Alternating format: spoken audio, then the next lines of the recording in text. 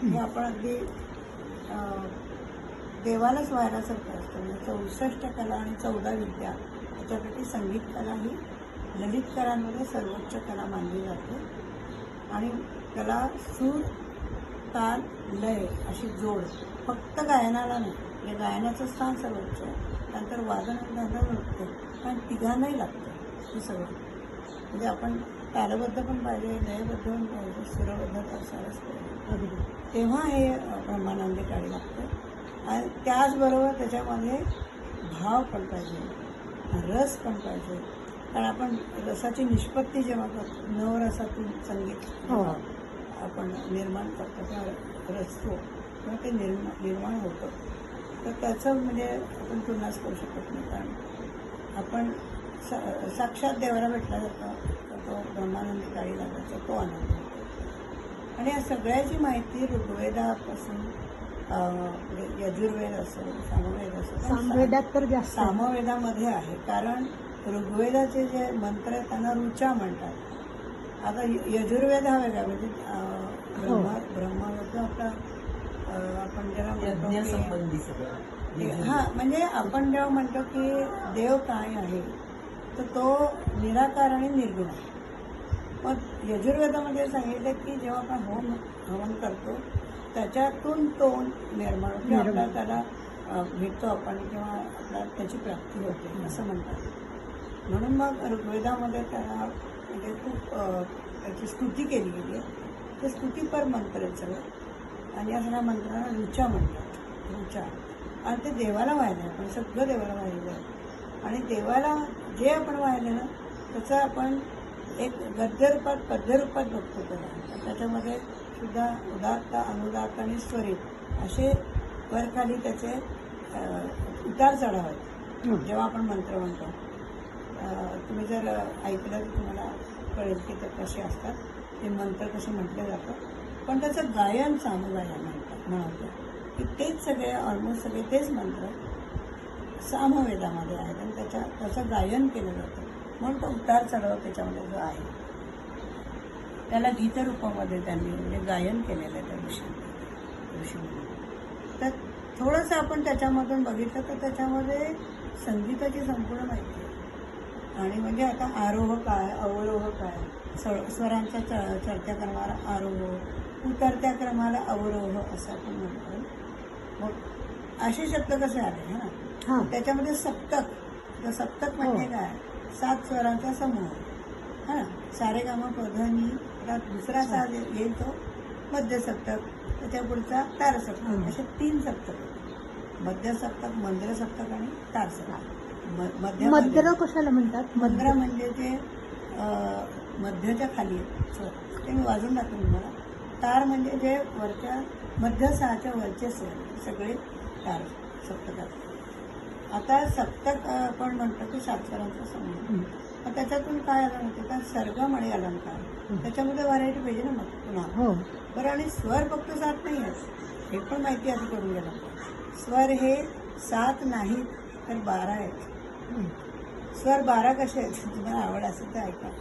स्वर 12 कसे आहेत तर 7 शुद्ध स्वर आणि 5 विकृत स्वर. तर 5 विकृतांपैकी एक तीव्र आहे मध्यम, तो मध्यम म फक्त, आणि बाकी रेगधनी हे कोमल होतात. म्हणजे आपण जेव्हा सारेगमा पधनी सांगतो त्याच्यामध्ये व्हरायटी ही अशी आहे. हे 12 स्वर घेऊन आपण राग रागिनी बघतो. 10 थाट निर्माण झाले, कारण कॅटेगरीज लागतात की बाबा नक्की आता एवढे सगळे राग आहेत की ते अगणित आहेत. पण तर 300 आपण समजा त्यांना धरलं की सर एवढं तरी एक कुठेतरी एक संख्या निश्चित करू. तर त्याच्यामध्ये ते जे राग आणि रागिनी त्याच्यामध्ये पण 30 किंवा तोचपणा येऊ नये म्हणून त्या 12 स्वरांचा प्रयोग वेगवेगळ्या पद्धतीने केलेला आहे. म्हणजे हे आपल्या सामवेदामध्ये पण मिळतं. आणि त्याच वेळेला हेही मिळतं की म्हणजे ही माहिती मिळते की आपण जेव्हा गातो किंवा वाजवतो किंवा ऐकतो सुद्धा त्याला एक ठराविक वेळ आहे. त्या ठराविक वेळेला ते ऐकलं वाजवलं म्हटलं तर तेव्हा कुठल्याही प्रकारचा रोग असा दूर होतो. त्याचा इफेक्ट काय? राग बघाय रोग ते संगीतोपचार करा म्हणतात. हो त्याची पण माहिती हो सांगू तुम्ही मला कळवलेलं आहे. हां, आणि त्याची माहिती आहे सगळी. आणि आपण हा प्रयोग करू शकतो. हं. कारण डॉक्टरांची औषधं चालू असताना म्हणजे मी आणि शशांक कट्टीजी म्हणजे ते सतारवादक त्यांनी त्याची आविष्कार केला किंवा माहिती मिळवून पुढे आणायचा प्रयत्न ते करतात. बरं. किंवा संगीत कसं काम करतं तुमचे रोग दूर करण्यासाठी. म्हणून मी तुम्हाला लिहिलं होतं की तुम्हाला हा त्रास असेल तो अमुक हो. राग ऐका, त्याचा एक विशिष्ट त्याची वेळ आहे. तर त्याच्यात 8 पॉईंट्स आहेत. म्हणजे आधी आपण नेहमी काय करायचं की पाया काय तो बघायचा असतो ना. मग शास्त्रोक्त जर आपण एखादी गोष्ट शिकलो, नुसतं काही बोलणं म्हणजे हल्लीचे तर आम्हाला वेस्टर्न शिकायचं आहे. पण वेस्टर्नपेक्षा आधी आपलं जे इतकं पूर्वीचं मूळ ते इतकं बघायला पाहिजे. हां म्हणजे सुंदर आहे. इतकं सुंदर आपलं एक शास्त्रोक्त सगळी माहिती असलेलं जे संगीत किंवा कला आहेत सगळ्या, ते जर आपण नीट ऐकून हे करून घेतल्या म्हणजे माहिती करून घेतल्या तर तो बेस आहे. बेस तयार होतो म्हणजे पुढे आपण भरकटतच नाही. आणि काही भरकटलं किंवा आपलं काही चुकलं की आपलं कळलं पाहिजे की आपलं काहीतरी सूर चुकतोय, बरोबर नाही आहे. हो. मग अशा तऱ्हेने आपण पुढे जायला पाहिजे. तर ती सगळी माहिती त्याच्यामध्ये अभिजात संगीत शिकल्यावर येते.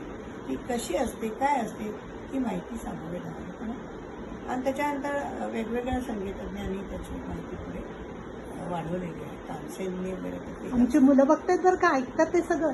सगळ्या रूम मध्ये कॅमेरे आहेत. अरे वा, अच्छा.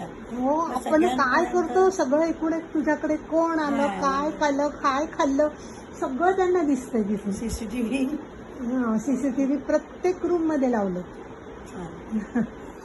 त्याच्यामुळे मग हे अर्थात मी पाठवणारच आहे त्यांना. तुम्हाला प्रश्नच छान आहे. माहिती मिळावी म्हणून हां. आपलं- आणि हा प्रयत्न असं नाही की गरज आहे आणि खरंच आहे. सगळ्यांना ते कळलं पाहिजे.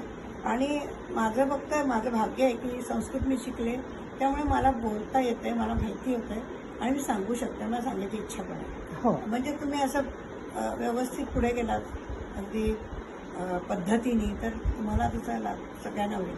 आणि खूप लोक असे विचारतात की ह्या वयात काय आम्ही शिकणार. पण मला असं म्हणायचं की संगीत शिकायला किंवा कुठलीही कला शिकायला वय नसतं. कुठल्याही वयात ते शिकतात. मी तेच म्हटलं त्यामुळे आता. माझ्याकडे 80 वयापर्यंतचे लोक शिकतात. त्याच्या पुढे शिकू शकतो. माझी आई 90पर्यंत जात होती. काही प्रश्न नाही. जेवढं तुमचं वय तेवढं तर तुम्ही जेवढं घेऊ शकाल तेवढं घ्या. म्हणजे आम्ही पण आता सगळे आपण विद्यार्थीच असतो. आयुष्यभर शिकत असतो. आयुष्यभर आपलं कधी याचं ज्ञान पूर्ण होत नाही, ते आधार आहे. पण जेवढं माहिती आहे किंवा माहिती करून देता येईल तेवढं आपण करतो. तर त्याच्यामध्ये 2 भाग येतात. हां, आता आपण म्हणतो की अरे फक्त क्लासिकल आहे, काय क्लासिकल म्हणजे शास्त्रोक्त त्याच्यामध्ये राग वगैरे आहे, तर तिथं मूळ झालं म्हणजे ते यायलाच पाहिजे, माहिती पाहिजे. कारण संगीत सगळंच ते रागांवर आधारित. कुठला ना कुठला राग त्याच्यात आहे. ही सगळी माहिती आपल्या संगीतज्ञांनी दिली आहे. त्यांना नोटेशन पद्धतीने पण त्यांनी भातखंडेजी, पलुसकर यांनी पुढे आणलेले आहेत आणि त्याचा लाभ आपण घेतो. तेच मी छापाय म्हणजे मी पण लिहायचा प्रयत्न करून सगळ्यांना केलेला आहे आणि त्याचा लाभ इतर घेतात आणि परीक्षेला बसू शकतो. त्यामुळे अशा तऱ्हेने जर आपण शिकलो किंवा शिकवलं तर त्याचा लाभ खूप होतो. आता नंतर मग आपण पुढे ठीक आहे, हे गाणं आवडतं, ते गाणं आवडतं, पण पद्धतीने शिकलं तर तुम्हाला म्हणता पण येईल आणि चुकलं तर तेही कळेल. म्हणून मग ते शास्त्रोक्त पद्धतीने शिका. त्यात कुठला राग आहे त्याची माहिती घ्या आणि जर तुम्ही त्या रागाची माहिती व्यवस्थित तुमच्या जागी म्हणजे तुमच्याकडे घेतली तर तुम्ही चुकणार नाही आणि चुकलं तर कळेल. तर म्हणून तो बेस त्याला आपण म्हणजे राग असते. रंजयते इथे राग असं ते संस्कृतच आहे. रंजते. सगळे शब्द संस्कृत. त्यामुळे कुठलाही शब्द घेतला तरी तो संस्कृतशी संबंध आहे. तर मूळ जननी भाषेशी संबंध आहे. म्हणून ते जास्त शब्द मी माझ्या पुस्तकातही वापरले आणि वापरले जातात आणि वापरले गेले पाहिजे. कारण हे सगळं तिथून मूळ स्रोत तो आहे, तिथून आहे. आणि संगीतकलाच नाही, 64 कला आणि 14 विद्यांचा मी उल्लेख केला तर सगळं त्याच्यात तुम्हाला मिळू शकतं माहिती. तर आता क्लासिकल आणि लाईट असे 2 भाग. कुणी म्हणतं की आम्हाला फक्त भजन शिकायचं, आम्हाला फक्त गाणं शिकायचं, पण ते नुसतं वरवरच हवं ना.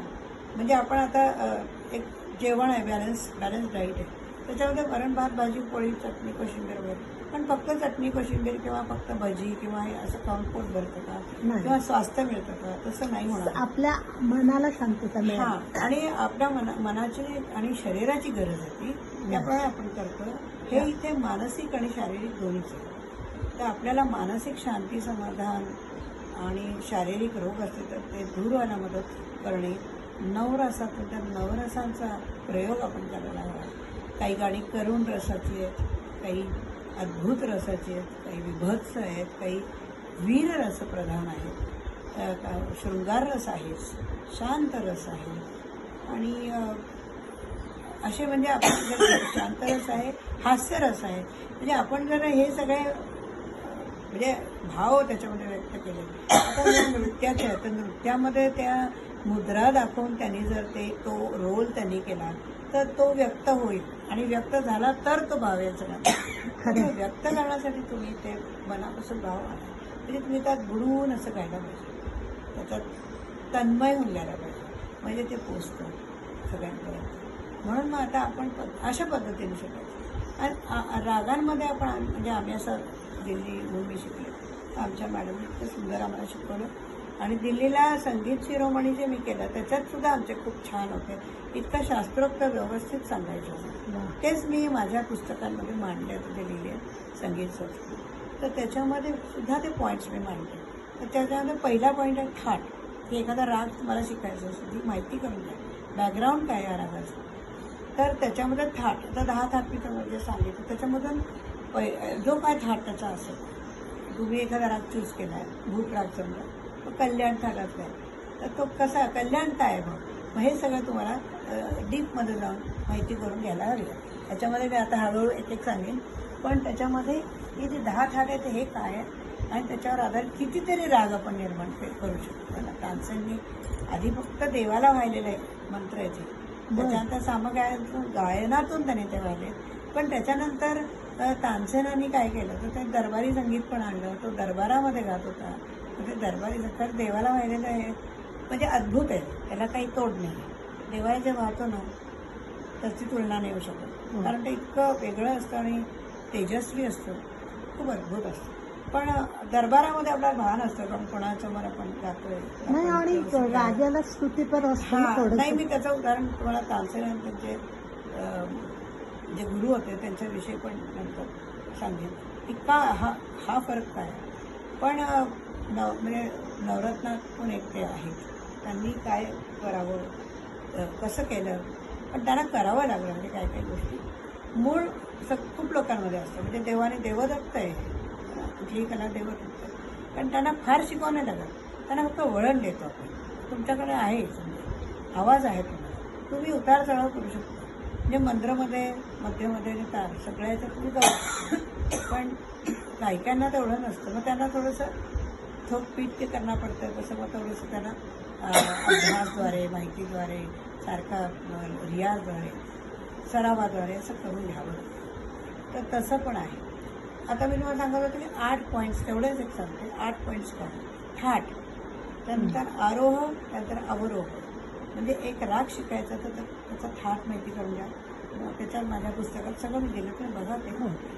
आरोह म्हणजे स्वरांचं चढतात ना, हे सगळं संस्कृत नाव. आणि अवरोह म्हणजे स्वरांचं उतरतात.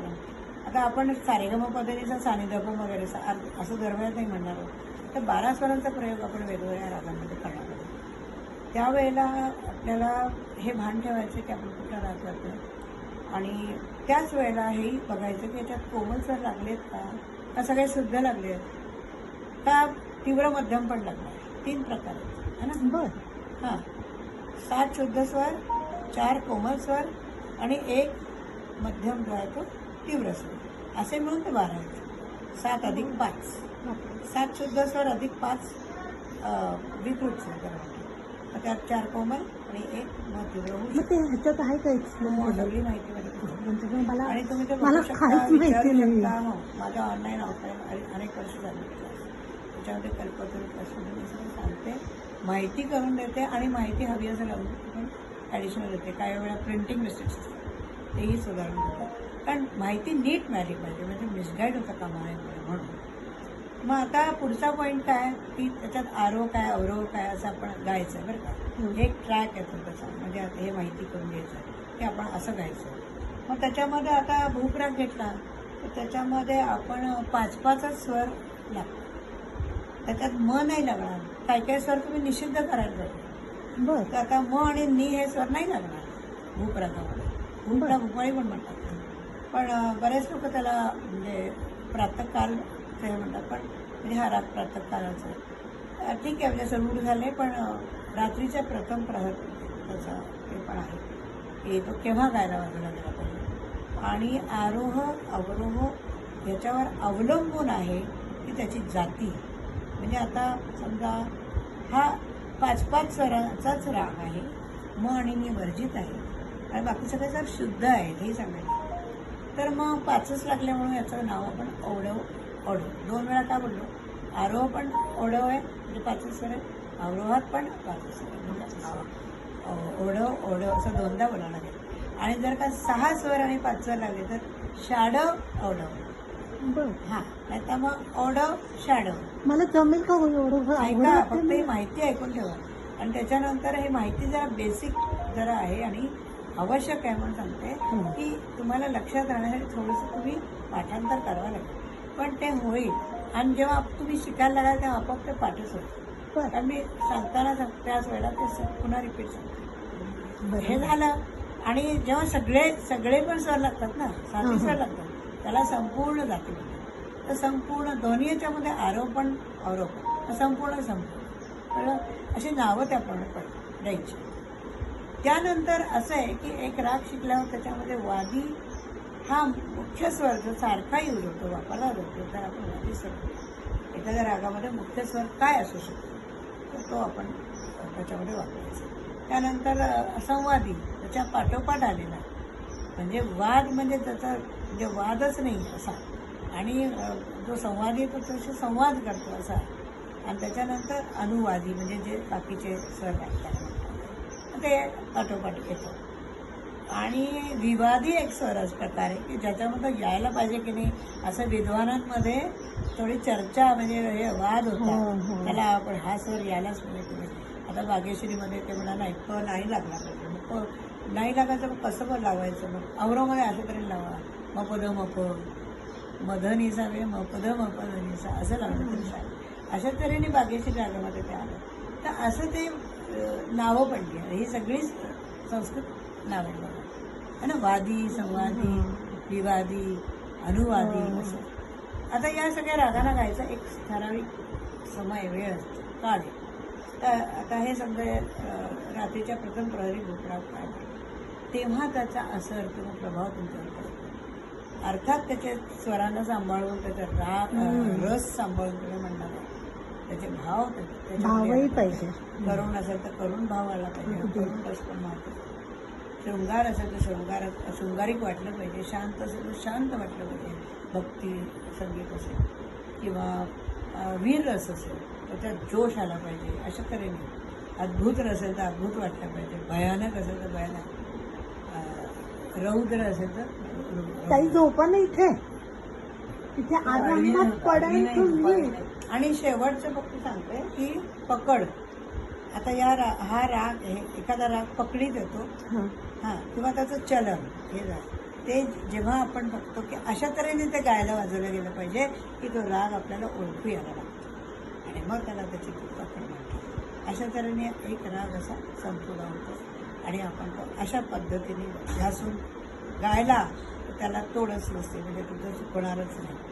आणि मग ते आधी आम्ही तर पेटीवर नंतर तंबरवर घेतो. कारण काय आम्ही पण तसे शिकलो. आधी आपण ट्रॅकवर तर आलं पाहिजे, सुरात एकीने कळलं पाहिजे. अशी माहिती आणि असं ज्ञान जर झालं तर त्याचा अनुकूल उत्तम लाभ आपला इतका होतो की फक्त मानसिक नाही शारीरिक पण होतो. तर आपल्या आतमध्ये काही रोग असतील ते निघून जाते. तर तुम्ही म्हणता की आम्हाला हायपर टेन्शनचा त्रास आहे, तर हा भूपराग करा. आणि एक गंमत म्हणजे विशेष म्हणजे यमन राग असा आहे की यमन कल्याण की तो कुठल्याही